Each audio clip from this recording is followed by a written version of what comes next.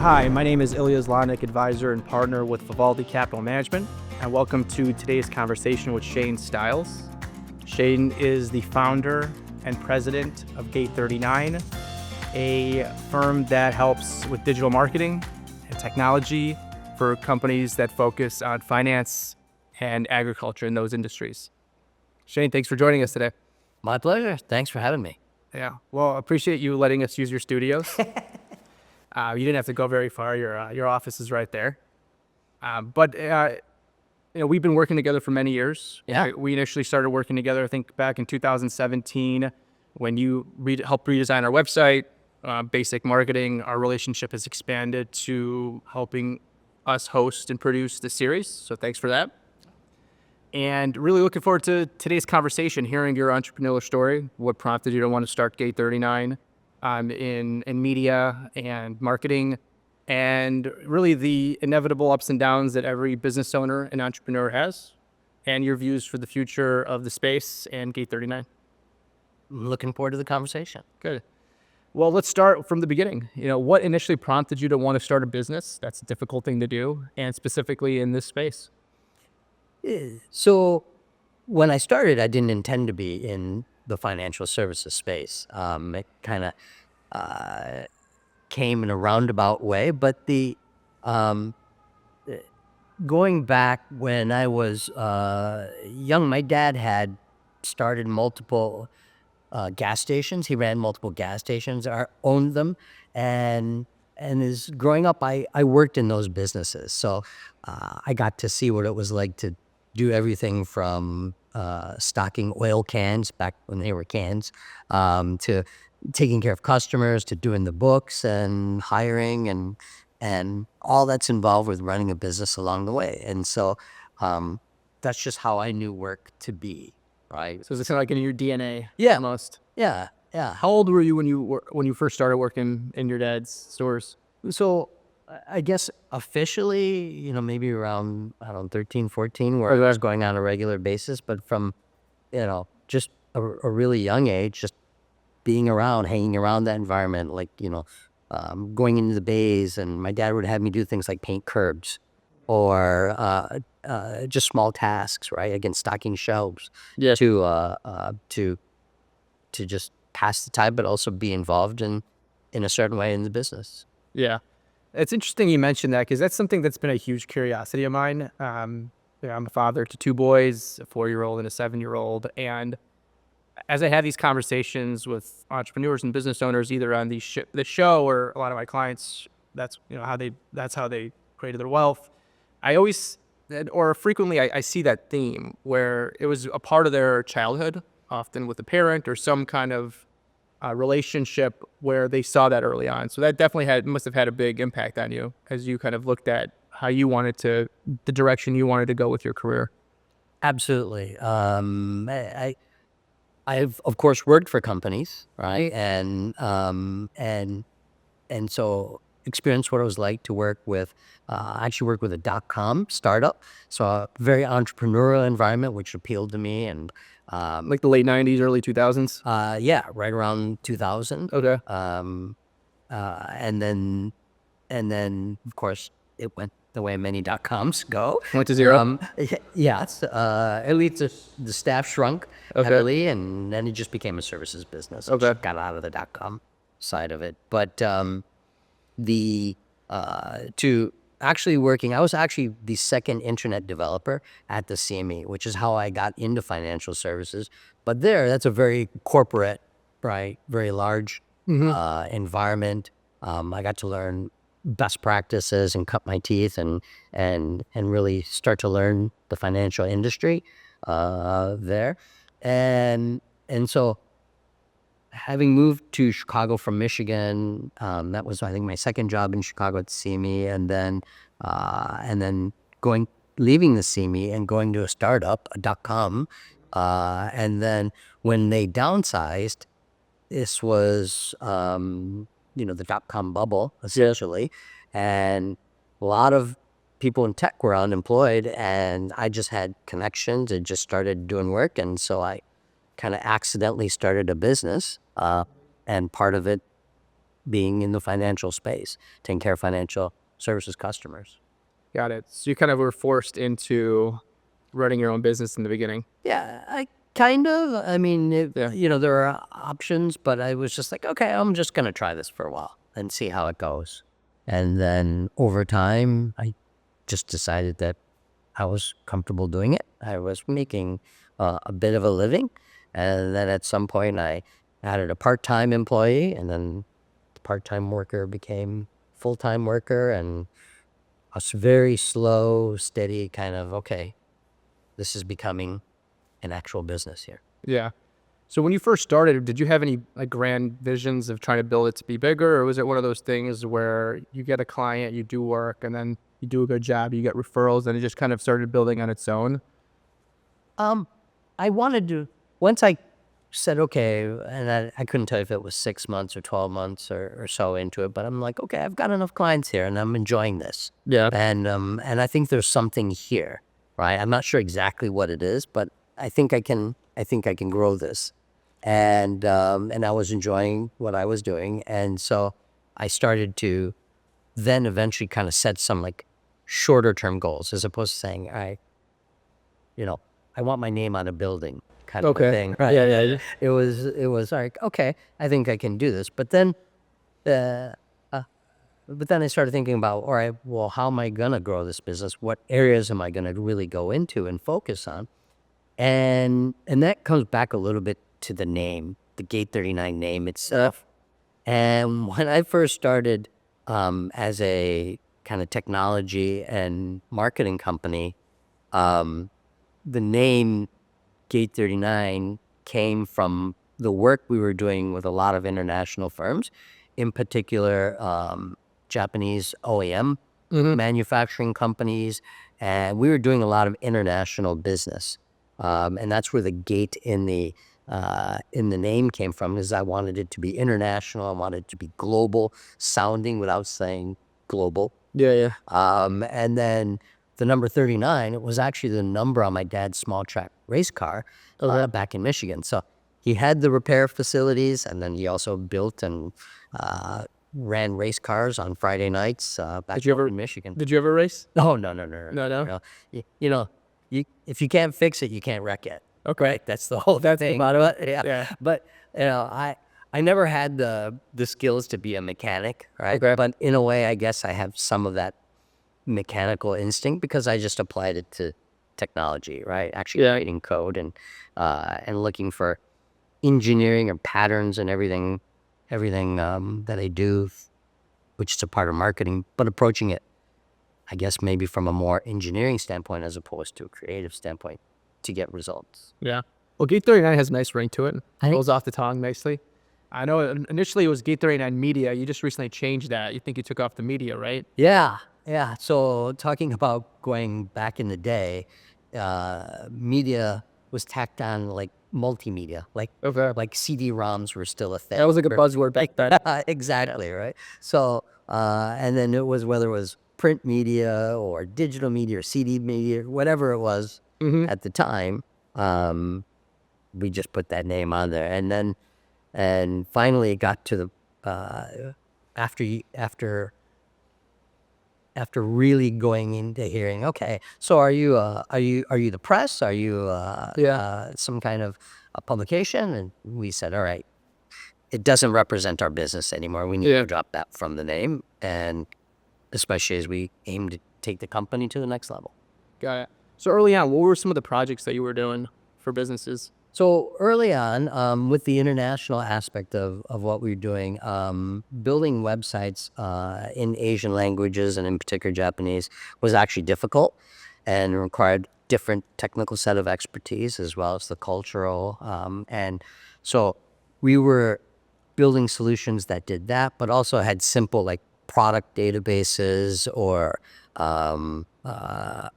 some kind of extra interactivity in the websites, in addition to just text and images. Yeah. And then we were doing some warehouse manufacturing, like just-in-time monitoring, where you could scan a barcode, and we built a little intranet that would say, okay, this product came in, this product came out. Yeah. But and we were largely focused in that space till about 2007, where we had manufacturing clients, and then we had some financial clients through contacts in the industry, and then we just had whatever else came in. Mm-hmm. And and the financial crash of 2007, 2008, had I been a fortune teller, I would have been able to say, oh man, manufacturers going down really early, Yeah. especially because everything's just in time, right? Mm-hmm. Like, the orders aren't coming in and my contracts are getting smaller. And you saw that. Yeah, Yeah. we saw that. And but at the same time, my financial clients, which actually were all futures and commodities, were prospering because they were the anti-correlation to stocks. Well, I remember at that time because I started my career in '06, so I kind of was like right in the beginning of that crash, and oil was doing extremely well. Futures was one of the only areas that actually had done really well during the financial crisis. So you were kind of lucky to be in that space, Yeah, to some extent. exactly. Okay. Yeah. So a little bit of right place, right time. So, yeah. And then with that, And what kind of work were you doing for them? so we were building websites. Some of them had a little bit of intricacy to them. Some of them were just like, hey, we just need a new presence. But then I got my first project with a clearing firm to actually build the online account application and portal. And then it became also the area for customers to go in and get their statements and view trade information. And we built that whole system for a futures clearing firm. And building that kind of a large application kind of was like the first big project that then put us a little bit on the map, so to speak. Okay. And then from there, we moved on to building other kinds of secure portals and working with a lot more data and doing things like handling price feeds, right? Mm-hmm. Displaying price feeds on websites and charting, and now all that stuff is kind of standard, but it's still not easy to do. But we've been concentrated in financial services since then for the last 15 years. Yeah. You also mentioned agriculture too, right? Was that a byproduct of your future relationships? It is. So in this space, we work with a lot of hedgers. Yeah. And I love Like the real hedgers. the real hedgers. The ones that are actually like buying cattle or whatever. Corn and soybean, right? We all think of agriculture as as the product for our food, and of course, it's the lifeblood of that. Yeah. But soybeans, right? Also, or corn, is also used for ethanol. Yeah. And so corn is as much an energy product almost in some ways. And so the space is very exciting, and it is very similar to commodities in general, right? There's a crossover because there are daily prices, there are market updates. But in this case, our clients are actually buying from farmers as opposed to being a brokerage trying to sell brokerage activity. So it's kind of a different. So you came in, you helped with exchanges between the two parties. Yeah, Building build exchanges. their presence, their ways of communicating with merchandisers, with farmers, and disseminating information, and then turning that into a business. Yeah. So kind of throughout your journey of building this business, you've been doing it for 20 plus years. What would you say have been some of the biggest obstacles? There been a time where you're like, I'm not sure this is the right direction for me anymore? So yeah, over time, I think the first one, as I mentioned, is switching from servicing kind of the manufacturing and some of the global aspects of what we did, and switching entirely to financial services. Say, hey, and some of it was necessitated by, again, the economics of it, but also it was like, I enjoy the financial space a lot. It was exciting. It had particular needs. I could learn specific niches and aspects of the industry, how trading works, whether it's a retail trading, right, day to day, everyday trading, versus large companies or funds that are trading either for hedging purposes or for other investments. And so I saw an opportunity to do that, and that was one example of a pivot, right? Over time, then we said, oh, there's the agriculture space. So how can we create some unique products that would serve that market and have something that, while we're still a highly consultative services firm, we still productize things so that they're easily recognizable and make sense to fit the need that a customer has, right? So what pain points are we solving? Yeah. So along the way, it's figuring out, again, what are those pain points and how do we solve them? And then how do we package that solution up and offer it to the public? So those are kind of the big kind of business pivots that we make along the way. Doing things like video. Yeah. Even though I had media in the name, I'd never really anticipated being involved in video. But now, Yeah. whether you shoot it on a phone or in a studio like this, video is absolutely necessary. Well, the name of the game is content. Absolutely Being able to get that out on a consistent basis and high quality content. huge. And actually, you mentioned that high quality content done by real people. Yeah. Like us sitting here, and that takes us to the next. It's not a pivot, but like effect on the business, and that's AI. Right? Yeah. Can't go anywhere without it, and this is.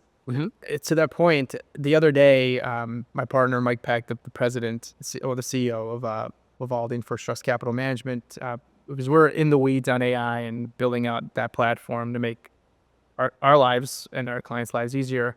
And he sends me a podcast, and he's like, "Check this out." I'm like, "Okay, well, this is interesting. But like, why are you sending this to me? Like, it's not that it's good, but I'm like, I don't understand the relevancy of it." And I saw him a couple days later. He's like, I created that via AI. He just put in some prompts and said, have two people talk. He dumped in a PDF of a fact sheet of what they wanted him to talk about, and it was like you couldn't tell that it wasn't real people. Right. That's scary Yeah, it's pretty wild. and exciting. It is. It offers a lot of opportunity. Yeah. I mean, it also has a lot of potential risks that come with it. And so as we explore this space, it's how do we manage both of those?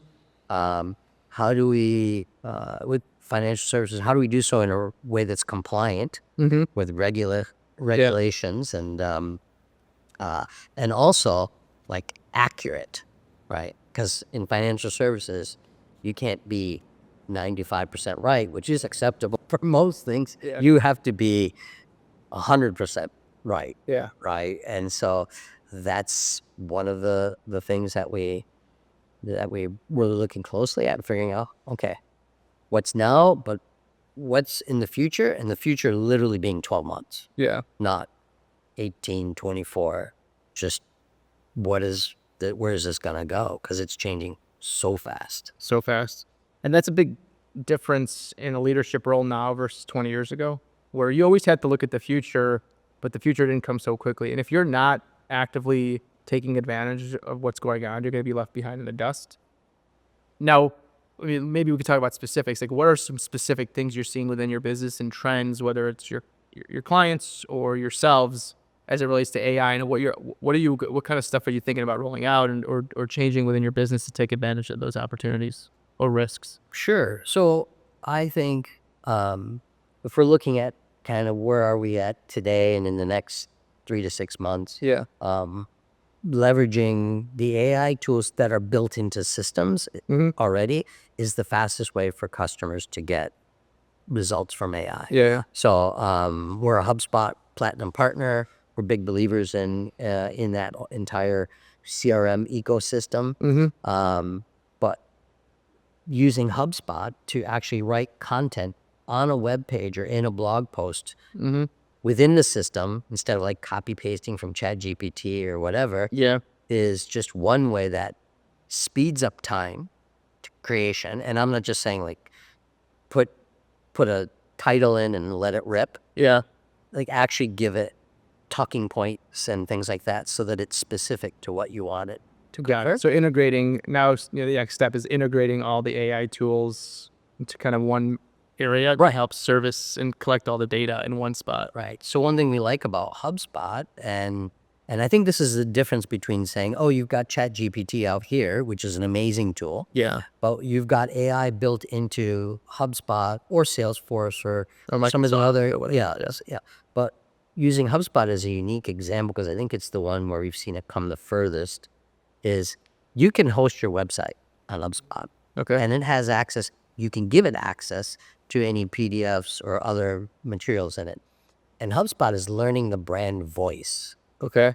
Because it's already in the system, it's actually Yeah. done that. It's taking all the data points, which is remarkable that Right. it could actually adapt and understand different brands. Okay. Yeah, and then so whether I'm logging in or someone else on the team is logging in, it already has that learning. Yeah. The problem with Microsoft Copilot or ChatGPT, it's hard to build a shared environment where it's learned for everyone to do it, and then it's still outside the tool itself. Okay. Outside HubSpot. Right. Right, or outside of whatever, like if you're in ChatGPT and you want to put it into PowerPoint, right, like you got to copy paste and the formatting is a mess. And then if you, even if you're using Copilot and you're just using even the pro version of Copilot, the person at the next desk doesn't have the benefits of it learning what it learned from you. Yeah.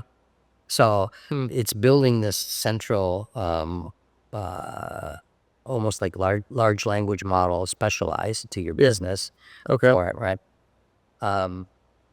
That's the thing that everyone is thinking of, though, content, right? Well, I mean, to that point, you know, that's a similar vision that I have and that we have is utilizing AI that way.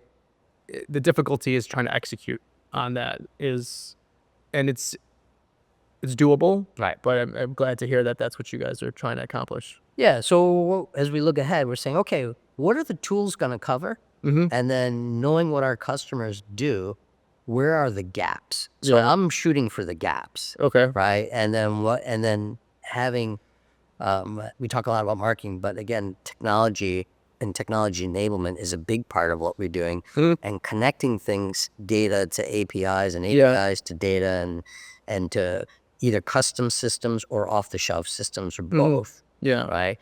There's got to be a mix. And how do you push everything around and let each tool do the best, Yeah. do what it does best, Yeah. and implement that. And have it all piped together so all the data can flow. Because right now, that's what we're working on. We have all these different service providers, and there's data everywhere, and they're not necessarily talking to each other. Right. But once you get them to talk to each other, and then you have that on an AI platform that could understand and learn off of it, that is, to me, like mind-blowing. Exactly. Yeah. Yeah. So that's I think where a lot of firms are hopefully thinking, right? Yeah. That's really what the future is. Well, if they're not, they're going to be left behind, for sure. Very quickly, too. Very quickly. Yeah. Very quickly.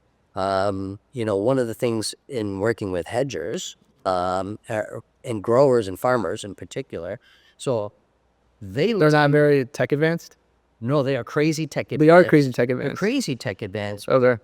Perception is that they're not. Now, Okay. remember, they're in combines that drive themselves. These are, Okay. $250,000, $500,000 pieces of equipment on a large farm that they get in and they GPS and it, Yeah. right? And it's literally tracking the soil, Yeah. the quality of the soil. Yeah. It's not just like harvesting. It's doing all kinds of stuff. And then they go to their iPads, and then it will say, "Oh, you have this much alkaline in the herb.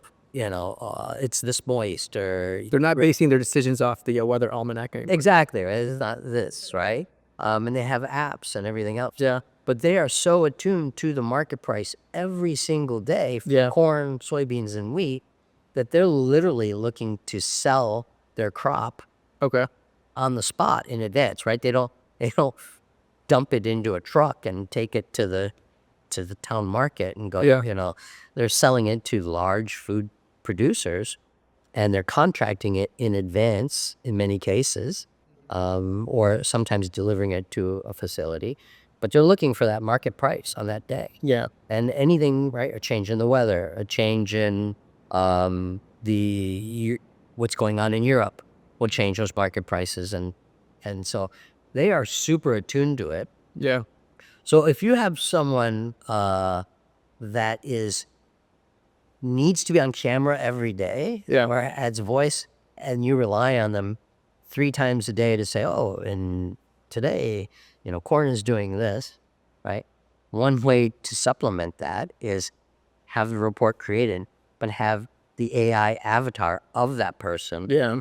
in that voice Do it. create that report that needs to get created and issued instead of, Having a person do it. having a person do it, because it takes up a lot of time. Yeah. Right.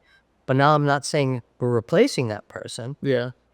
That person will come on at different times to do things like this, where we can actually actively talk about Yeah. items that are just the facts kind Yeah. of stuff. Got it. Right. So, and that's where it's almost, this is where you start thinking about, okay, what shouldn't be AI? Because as you said earlier, content is everywhere. How do you start to distinguish it? Yeah. It's real conversations like this Yeah. that resonate with people. And I think that's obvious with the uptick in people watching YouTube videos and listening to podcasts. Yeah. People still want the human connection at the end of the day.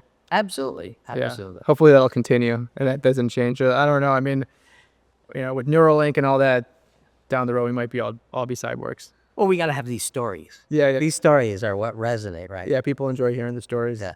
It's what motivates people. Give an AI bot a story, right? Like, You could. by the way, you grew up. You could create stories. I mean, nowadays I put my 4-year-old to sleep and he loves to hear spooky, scary stories, and we create a different one every day with ChatGPT. Uh-huh. And I'm like, these are good stories. Like, I liked reading the stories. I hear you. I hear you. Come. Yeah. Oh, this is just an off topic, but something is, now that we're on the topic of AI, one thing that I'm thinking of, I don't know if you've thought about this, but I did watch a podcast with Lex Friedman and Mark Zuckerberg where they were in the metaverse. Mm-hmm. They had the goggles, they were in different places, and it was surreal, how realistic it was for them. And I'm thinking of a future where, because, pre-COVID, my business was in-person meetings oftentimes, which was very cumbersome and time-consuming and not as productive, but still great. But nowadays, I do annual reviews, and they're all back-to-back to back. They're all virtual meetings on Microsoft Teams. But Microsoft Teams, you lose an edge because it's 2D. You're kind of like distracted sometimes, so you don't have as much engagement. But the next iteration that I see is in the metaverse, is having these virtual meetings 3D. And so I don't know if you've thought about that or anything like that as you talk about avatars, but that's what I'm going to explore that next year with potential clients. They're interesting. Yeah. Interesting. I think it's a possibility. Yeah. I don't think the adoption will be good until like you can wear like the Ray-Ban ones. Yeah. The Meta. Yeah, you don't have the big ones. You don't have the big clunky thing on there, or there's some other kind of smaller, more less obtrusive device. I guess we'll see Sure. how that evolves. But in the again, next couple of years. you got to play with everything. Yeah, You got to exactly. try it. Yeah. Right?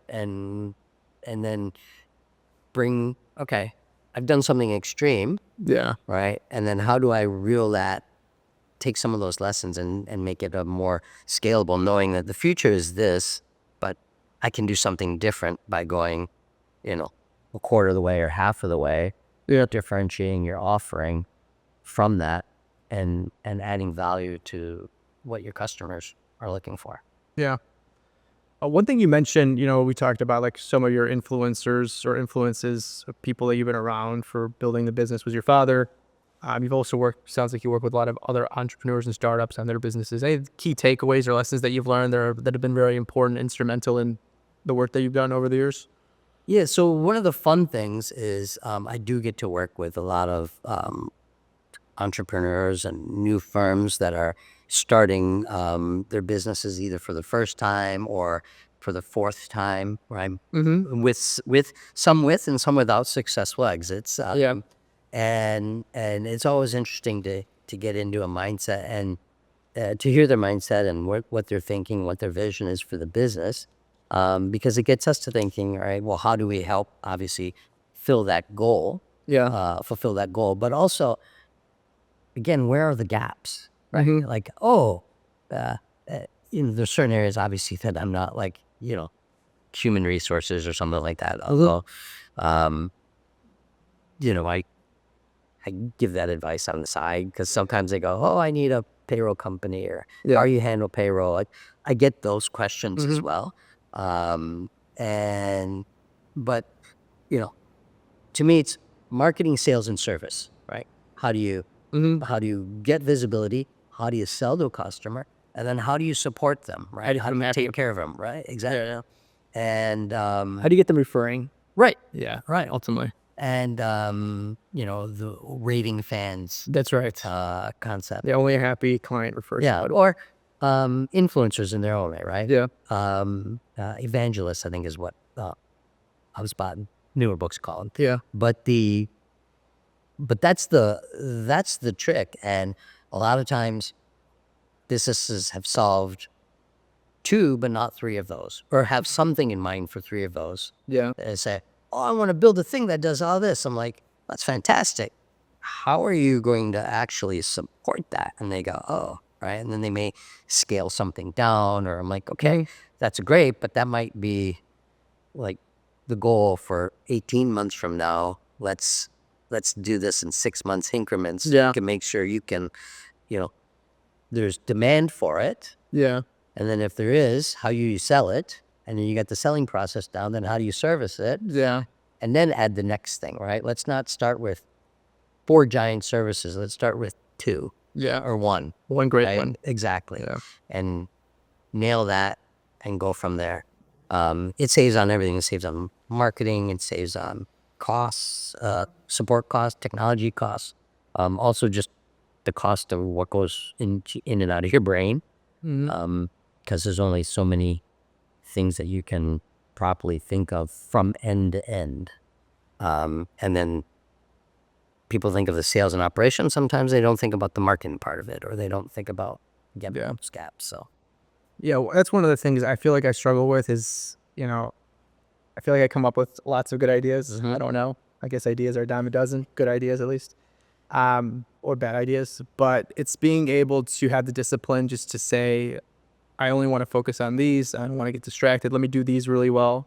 Like one of my big objectives is to put out good content through these types of interviews. But yeah, having somebody like you that helps rein in an entrepreneur who's probably got lots of energy and excited about the future to say, hey, you got a lot of great ideas. Let's just focus on these. Let's make them actionable. Let's make them actually produce real revenue. And then you could expand from there. I think that's for entrepreneurs that are hiring experts to help them. Mm-hmm. And I'm thinking you agree is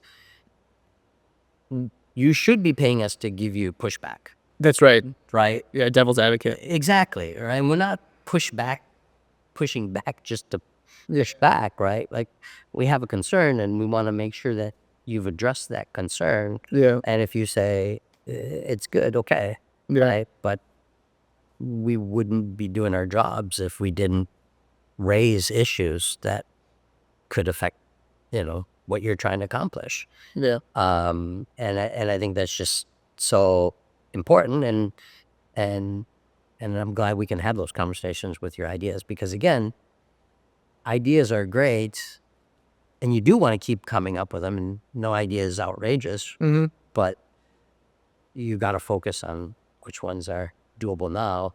Put the other ones on a board, not lobbyists, but on a board, and then Yeah. these ideas become, hey, these are closer to a reality, Yeah. and these are like out there. And then if you can attach an idea to, all right, what business goal does this accomplish? Yeah. Then you'll know which ones make more sense. I wonder where my metaverse virtual meetings idea ends up on that list. So, and one of my goals this year has been to do more video as well, Okay. because it's just, I think social, for as much as people use social and video every day, business owners completely dismiss, I don't want to say they completely dismiss, but they really undervalue how important it is to be doing Yeah. things like this, and the effects on social media, right? Yeah. Not to get political, but social media is a core driver of what's going on in the elections. Podcasts Yeah. are a core Yeah. messaging distribution, right, channel in this in the election, right? So if it can do that, and it's propelling small businesses, like just think if you were an actual established business with, even 4 employees or 10 or 50 or 1,000, right? Let alone Yeah. giant ones. Well, I'm glad we're talking because to me, that's such an important part of my marketing strategy is, again, this format of content and distribution. Do you have any insights or thoughts that you could share of like, these are the things you should really be thinking about to make sure that your message is getting out consistently and people are resonating and it's actually working? Yeah, I think I think people have a bashfulness for being on camera. Mm-hmm. They're either shy or they're modest. Okay. And I'm neither, so. excellent. Although I used to be shy, so. Well, Yeah, things change. I'm not afraid to network in a room. Yeah. I'm not afraid to do public speaking. Yeah. But holding a camera Yeah. and taking a video of myself at a conference or at an event, just doing like that, I'm not comfortable with that yet. Mm-hmm. And just at this last HubSpot conference, Oh, you seem pretty comfortable at it. I was trying to Yeah. well, this to me is you and I are just hanging out and doing something, right? Yeah. But almost if you're trying to do something in like a 2-minute format, Yeah. because this is a longer form video, but I think a lot of the 2-minute stuff, there's almost like, oh my God, I gotta be good, and I got 2 minutes, and I gotta be impactful. I'm like, no, be yourself because that's what's resonating. Be real. That's what people resonate. Make mistakes. It's You don't have okay. to be perfect. Yeah. Yeah. Right. And so getting out and creating visibility for your business and yourself as a brand is so key, because it's getting noisier and harder to cut through, right? All the channels, right? You used to say, oh, I'm going to go on going to be on CNBC and Yeah. all these people are going to be watching me. Yeah. No, Nobody's watching. they're all on Twitter. They're on X. They're on these chat boards. They're IMing or direct messaging. They're doing they're communicating in all different ways. They're consuming podcasts and videos and everything else, right? Like, no. And so that doesn't have the value. So how do you get yourself out there? And it is so affordable and easy to do it now. Yeah. And also, the other thing is, don't worry if you said, oh, I got 10 views. Right? Yeah. 20 views. Are they the right 10? That's right. Are they the right 20? That's what I'm struggling with to some extent. I'm like, well, do I want to make this big? But not really. I feel like if I can just reach my core audience of business owners and create content consistently that's high quality, I think that'll make an impact down the road. Yeah. Even if you're just distributing it to your existing clients, Yeah. they'll share, or you pick up a few new Yeah. views on social media. Yeah. That's what it's about, because you don't have the ability to visit with customers as much anymore. People are not taking calls as much anymore. They're not showing up in person to events anymore. So this is a way for you to actually connect, even if it's not a two-way connection. Mm-hmm. People are connecting with Yeah. videos and podcasts, and that's how they build followings, and that's how you build followers for your business. Yeah. I mean, I noticed it myself because I'm on LinkedIn on a daily basis. And I'm I have a client selling his business, and there's a specific thing that he needed. And I was brainstorming, and I just jumped onto LinkedIn the other day. And the first thing is one of my connections has a video. I'm like, this is exactly what he needs. And I'm like, this is how it works. This is, I was able to put the pieces together there. Good. Yeah. And even if you're getting, oh, I got 10 likes on it or whatever. Yeah. I go to a conference or I go to an event or a cocktail hour, and they go, hey, I saw you have a new logo. And I went, oh, yeah, thanks for noticing. Yeah. People do notice. Yep. It may not show up in the... Or they might not like it there, but they see it. Exactly. Right. I mean, everybody's got a little, everyone wants to have their ego fed by having as many likes as possible. Yeah. But The goal is not to be Mr. Beast. yeah, The exactly. goal is just to Unless you're my son. I mean, that's my son's goal. He's like, Dad, are you a YouTuber? I'm like, I have YouTube. He's like, how many followers do you have? I'm like, that's a good question. Not many. and the just diving in there real quick again. They're saying the latest is followers don't matter Okay. because people don't follow anymore. Oh, interesting. It's all about the algorithms, Okay. right? The followers, like, they still matter, but Yeah. not to the extent that they used to. It's just about views because the algorithm feeds them. And in a TikTok, you don't really follow Yeah. TikTok because the algorithm just keeps feeding you. Okay. Yeah. And so the numbers have started to kind of fade away, and it's really about just, are you feeling it however you're feeling it? Views is the most important. Yeah, but how do you, so thinking about that from an algorithm perspective, how do you take advantage of that? Or what do you do? What are some of the tricks to, When you see views and your views go up or what, yeah. right? You want to aim along that content, but obviously you can't keep doing the same thing over and over and over. Yeah. But and then think about, was it the right topic at the right time? Again, was it the topic? Was it something else? But you just got to look at the pieces and take it apart and Got it. figure that out. Dive in. Okay. So one last question. I think this is a question I want to make more common in these conversations, but if there's one piece of advice that you would give an entrepreneur or business owner that's starting their business, is there anything any wisdom that you would share with them? Oh, so many pieces. Yeah. Yeah. Which is, Just one. It sounds silly, but it's all about the sales. mm-hmm. So many entrepreneurs, when they're building their baby, Yeah. they want it to either be feature rich or they want it to be perfectly. Yeah, especially in a technology project, they're like, oh, we need this feature. I'm like, hey, how about we go to market? Yep. You can add this later. Like, let's generate revenue. Have the customers tell us what's wrong with it, Well, or what to improve. there is a trend in the industry where there's like stuff gets released too early, Okay. right? But software is meant to be incrementally improved, Yeah. right? And businesses are meant to constantly improve. So there's a cycle, right? Yeah. So what is an MVP, the minimum viable product you go to market with, right? Have this board of like, these are all the things that we want to do, and then, but launch with this, and then maybe you thought feature A was going to be the next thing, and it turns out everybody wants feature C.